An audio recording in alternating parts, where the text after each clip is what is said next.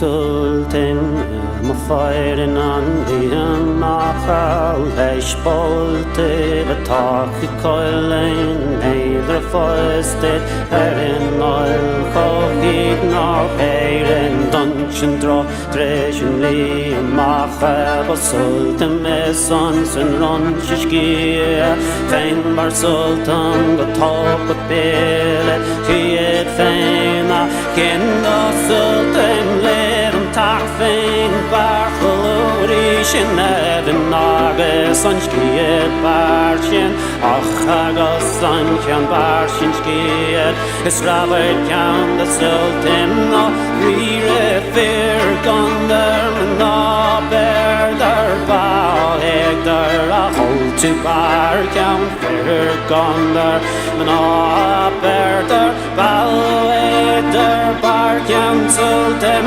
fair gonder no bear der ba hegder a hold to bar count fair gonder no bear der ba hegder bar count sultan. The Táin Bó Cúailnn, sometimes translated as the cattle raid of Cooley, is the longest and most significant tale in the Ulster cycle. The Ulster cycle is a collection of stories and mythologies from Ireland's prehistoric past, prior to the Christian era in Ireland. Although we can't say when it was definitely composed, and I use the term composed instead of written because it was composed in the Irish Celtic world before the advent of writing in Ireland, the Táin is presumed to have been written sometime between the 1st and the 4th centuries AD. The Táin has come down to us in three main recensions, with the early extant copies of these being transcribed around about the 11th century. These different recensions overlap in many details and sequences of the story, but a deeper examination indicates that there were two schools of origins for the written story, and that around the 8th century in Ireland that these were put to parchment in the monasteries of Bangor in the north and Clonmacnoise in the Midlands. There is some ambivalence to the meaning of the word Táin. Thomas Kinsella, whose translation has not been bettered, gave it some scrutiny, not being convinced that a cattle raid was the explicit meaning of the word. He thought it might mean a gathering or a host, and as such it might mean a raid. But the ambivalent nature of this etymology gives many other possibilities which frame the story's mythological functioning. For the Táin, similar to the Roman Aeneid, is a founding myth, and as such it precipitates a cultural consciousness. It is a host of stories that create a founding meta-narrative. In it, a disparate tribal culture is linked by a common story, a forging a new identity of cultural kinship, even though paradoxically that kinship is formed primarily in conflict. A shared founding story is a shared culture. The last thing Kinsella noted was that the Táin gathered words together on a page, so the Táin is the record of a people's cultural compact. A culture needs its story, and the Táin is a host of the words and the myths which give a conscious beginning to a Gaelic culture. By the 8th century, the Táin was being transcribed in the monasteries of Ireland. The current copies we have date back to around the 11th century in the Book of Leinster. The Book of Leinster dedicated 120 sheafs to the tale. These sheafs are vellum, and each one is prepared individually by scraping down and treating the skin of a whole calf. So this treasure consisting of 120 calf skins, recording a tale which essentially revolves around the seizing of and ownership of cattle. A host of words detailing a war over a prize bull are gathered onto the skins of a herd of cattle. And it's clear from the descriptions of warfare and armour that it describes a society much older than the 8th century in Ireland. Roman historians of the warring Celts described a world of warfare and arms similar to that described in the Táin. For example, Diodorus Siculus and Strabo tell of the battle customs of the Celts, some of which are described similarly in the Táin. For example, some of them so far despise death that they descend to battle unclothed except for a girdle. This romanticised and heroically reckless archetype was immortalised by a 3rd century BC sculptor of Pergamum, who created the iconic sculpture The Dying Gaul. The chariot warfare in the Táin was noted by Caesar in Britain, but not in Gaul, seeming to imply that it was a war custom that had its day in the continent, but may still have been in vogue in Ireland at the time of Caesar. Tíofa Rahala argues that the Táin reflects a genuine state of warfare between the Iron Age Uliad and the Connacht tribal factions of Ireland. Although Táin takes place in a real topographical landscape, and this has been extensively documented, it is disputed that it reflects any historical reality. It seems to be an imagined mythological past, a projection of a cultural identity into a founding mythology. But it does accurately reflect warfare and tactics of the early Celts, as described by the classical historians of nearly 1,000 years previously. By the time it was committed to parchment in the 8th century, it had been passed through an oral tradition of many centuries. How much of the Táin is the deliberate art of the Christian age of its transcription, and how much is faithfully taken of the oral tradition? And that is the question. The bare bones of the Táin are well known. Maeve, the Queen of Connacht, is envious of her husband's wealth, so she plans to steal a prize bull from Dóire, the King of Cooley, to match her husband's Aliel's prize bull. She unites the tribes of the rest of Ireland and invades Ulster. Cuchulainn stands in her way and thwarts her every move. Eventually she sets Cuchulainn's foster brother Serdi against him. Cuchulainn kills Ferdi after 3 savage days of duelling, but at a huge cost to himself as he lies near his death's door. Maeve steals the brown bull of Cuchulainn while Cuchulainn is incapacitated. But the story is so much more than that. The very first scene is an intriguing domestic squabble, which inflates out of control in the blink of an eye. This domestic incident is a microcosm of the trap remarked upon by the Greek historian Thucydides, that radically different worldviews, equally matched, will inevitably come into an existential conflict. It is in the nature of the beast to assert dominance. It will eventually happen, no matter how insignificant the trigger seems. Remember that lesson, for the story returns to it at the end. Innocuously, the story starts in the royal bedchambers, and the tensions mount until the course for disaster has been set. Medivh, or Maeve, visits a seer Fidelum, who in the tradition of a seer sees the future clearly. But her answer is all equivocation. Her prophecy is unclear, but it is the mind of the receiver that gives it its meaning. Fidelum speaks of bloodshed on the Táin. Maeve, ambitious and avaricious, sees it as a sign to proceed, with the guarantee that fate is on her side. The poet Francis Ledwidge imagines this scene with some license and some sympathy. He writes, "At daybreak, Maeve rose up from where she prayed, and took her prophetess across her door to gaze upon her host. Tall spear and blade, burnished by early battle, dimly shook the morning's colour. And then Maeve said, 'Look, and tell me how you see them now.' And then the woman that was lean with knowledge said, 'There's crimson on them, and there's dripping red.' And a tall soldier galloped up the glen with foam upon his boot, and halted there beside old Maeve. And she said, 'Not yet,' and turned into her blazing dune, and knelt in prayer one solemn hour. And once again she came and sought her prophetess, with voice that mourned. 'How do you see them now?' she asked. 'All lame, and broken in the noon.' And once again the soldier stood before her. 'No, not yet.' Maeve answered his inquiring look, and turned once more unto her prayer. And yet once more, 'How do you see them now?' she asked. 'All wet with storm rains, and all broken, and all tore with midnight wolves.' And then the soldier came. Maeve said, 'It is the hour.' There was a flash of trumpets in the dim, a silver flame of rising shields. Loud words passed down the ranks, and 20 feet they saw the lances leap. They passed the dune with one short noisy dash, and turning, proud Maeve gave the wise one thanks, and sought her chamber in the dune to weep. The Táin is set with powerful characters and themes. None are perfect, and many have serious compromises. Even Cuchulainn has deep flaws which cause him shame on occasions. As an epic foundation myth, it draws the tribes of the Gael beneath a single sky. Fergus MacRoy might justifiably be called the first Irishman. He is an exiled king of Ulster, who joins the court of Maeve and becomes an emissary between the two camps. He is in a compromised position, but he is respected and honoured in both camps, a man of no tribe, yet of all tribes. The conflict between Cuchulainn and Maeve takes centre stage.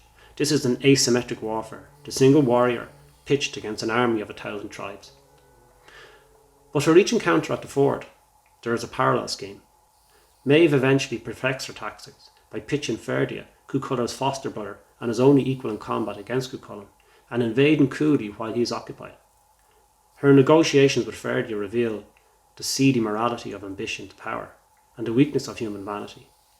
Indeed, the twin follies of greed and vanity are two of the central themes of the Táin. The propensity to be driven by these appetites are traps that the consummately aware and sensuous Maeve exploits to their utmost. Her negotiations with all the kings of Ireland in her camp are an elaborate and audacious maze of mirrors and deception.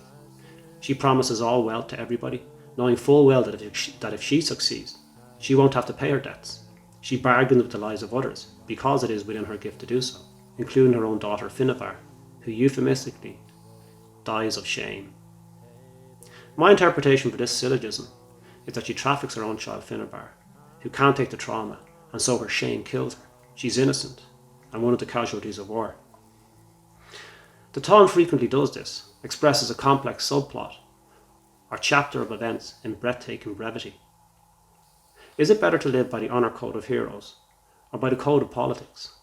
The Táin makes a different statement, that these are intertwined, because desire and power are corrupting. It is for this reason that Maeve is destined to succeed on the Táin, or so it seems. The final twist of the Book of Leinster is what truly places the Táin amongst the great stories of the world. In the mad melee of the final battle of Gorick and Limgorick, the compromised Fergus fulfills the promise to depart the field and abandon his allies. The routed Connachta leave their queen unprotected, and in a strange pagan-like prohibition, Cuchulainn offers her protection. The army of Connacht drive the brown bull of Cuchulainn back to the plains of Moyee, and so it seems that the manipulative Maeve has planned a consummate campaign and provided for all exigencies. Might and ambition have prevailed. But the unexpected happens, and as the poet Robbie Burns would later observe, the best laid plans of mice and men gang after glee.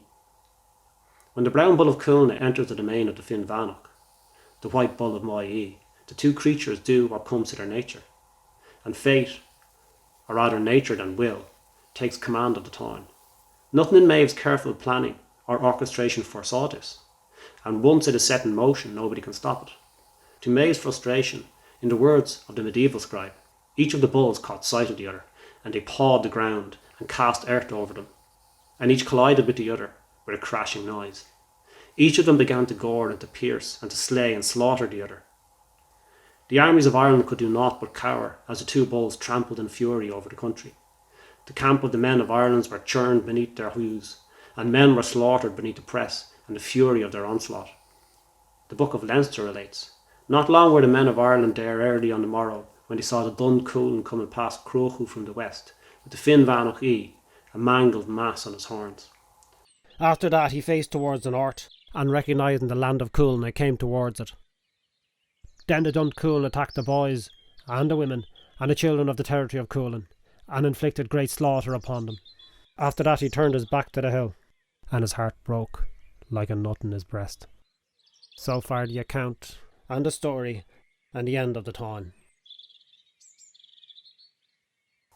And so, despite the machinations and manipulations of the most skilled politician of the time, her victory evaporates precisely at the moment of its fulfilment. When all plans have been provided for, and all known risks have been warded against, unpredictable nature dashes the fruits of her work. Not all the corruption, nor the deceit, nor the skillful manipulation could provide against nature and fate taking its own course. This is a hopeful message, in my opinion, a call to wisdom and a warning against folly and arrogance. After the removal of Cuchulainn from the fray and the despoiling of Ulster, it might seem that the will of the powerful is inescapable, but the falling asunder of Maeve's plans is a hopeful commentary. It's a reminder that those in power are not always as invincible as they seem. The power itself can dissipate, that fate is not determined, and that the hold on power may dissolve as unpredictably as the rage of the brown and white bulls ignited. Patrick Pearse once noted on this very aspect of unpredictable fate. At his oration at the graveside of O'Donnell Rossa, he said, "They think that they have purchased half of us and intimidated the other half. They think that they have foreseen everything. They think they have provided against everything." Pearse made this observation at the graveside of O'Donnell Rossa, a man who had lived through a harrowing, blighted years of famine, and whose extraordinary life could easily have placed him in the character of the Táin. Like Pearse's words, the Táin captures in a mythological framework wisdom for all ages. This is why it still casts a narrative spell over 2,000 years after its first telling.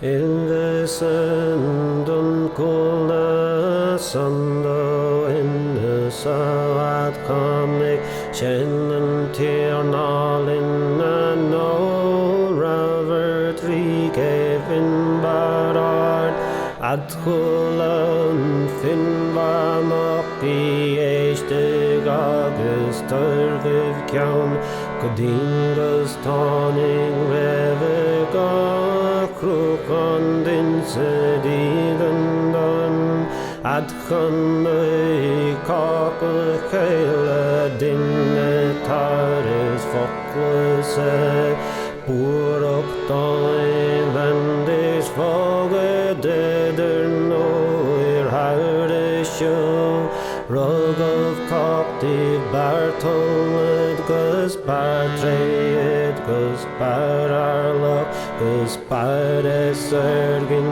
Harile Istancy the Helen Akes Arel Legenading Ravik Fad of Hayden Ak de Stak Refo Magus Refo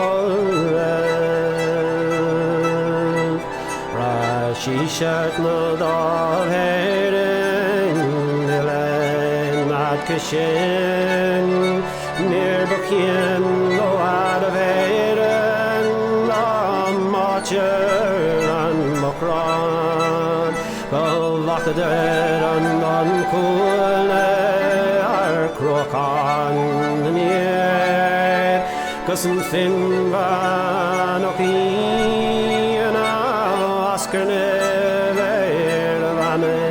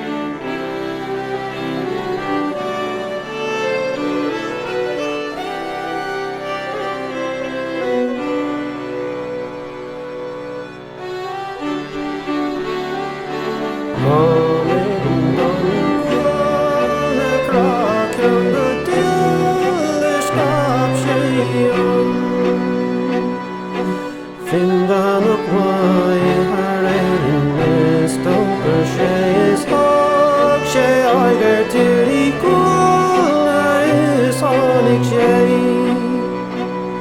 so much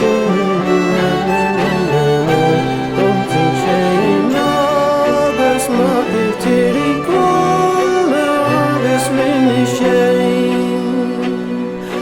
Armor not more